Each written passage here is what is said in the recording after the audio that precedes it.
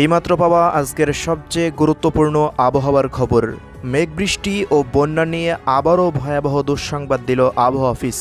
আগামী ৪৮ ঘন্টা সারা দেশেই ভারী থেকে অতি ভারী বর্ষণের পূর্বাভাস, পাশাপাশি বন্যা পরিস্থিতির অবনতি হওয়ার প্রবল আশঙ্কা, এমনটাই জানাচ্ছে আবহাওয়া অধিদপ্তর।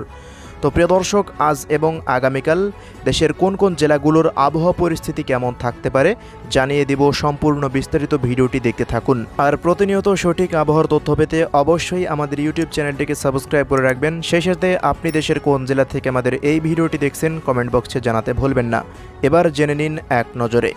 টানা বৃষ্টি এবং পাহাড়ি ঢলে চট্টগ্রাম বিভাগের বিভিন্ন জেলায় সৃষ্ট বন্যা পরিস্থিতি গত 2 দিনে একটু উন্নতির দিকে ছিল।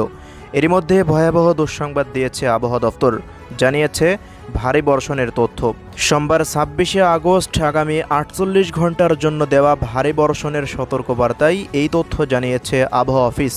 সতর্কবাণীতে বলা হয়, সক্রিয় মৌসুমি বায়ুর প্রভাবে খুলনা, বরিশাল ও চট্টগ্রাম বিভাগের কোথাও কোথাও বিচ্ছিন্নভাবে 26শে আগস্ট থেকে পরবর্তী 48 ঘন্টায় ভারী 44 থেকে 88 মিলিমিটার বৃষ্টিপাত হতে পারে। ভারী বর্ষণের কারণে চট্টগ্রাম বিভাগের পাহাড়ি এলাকার কোথাও কোথাও ভূমিধসের মতো পরিস্থিতি সৃষ্টি হতে পারে বলেও জানানো হয় সতর্কবার্তায়।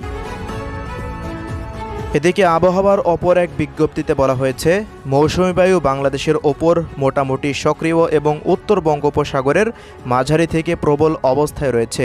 এ পরিস্থিতিতে দেশের সব বিভাগেই বৃষ্টির সম্ভাবনা রয়েছে। খুলনা বিভাগের বাগেরহাট, চুয়াডাঙ্গা, যশোর, ঝিনাইদহ, খুলনা, কুষ্টিয়া, মাগুরা, মেহেরপুর, নড়াইল এবং সাতক্ষীরায় ভারী বৃষ্টির সম্ভাবনা।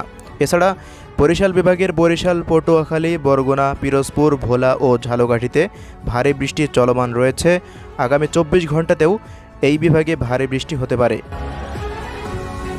ভারী বৃষ্টি হতে পারে চট্টগ্রাম বিভাগের চট্টগ্রাম, কক্সবাজার, রাঙ্গামাটি, বান্দরবন, খাগড়াছড়ি, ফেনী, লক্ষ্মীপুর, কুমিল্লা, নোয়াখালী, ব্রাহ্মণবাড়িয়া এবং চাঁদপুর জেলায়। এছাড়া ঢাকা, গাজীপুর, নারায়ণগঞ্জ, মুন্সিগঞ্জ, কিশোরগঞ্জ, ফরিদপুর, মাদারীপুর, শরীয়তপুর, গোপালগঞ্জ ও রাজবাড়ীতে মাঝারি ধরনের বৃষ্টি হতে পারে।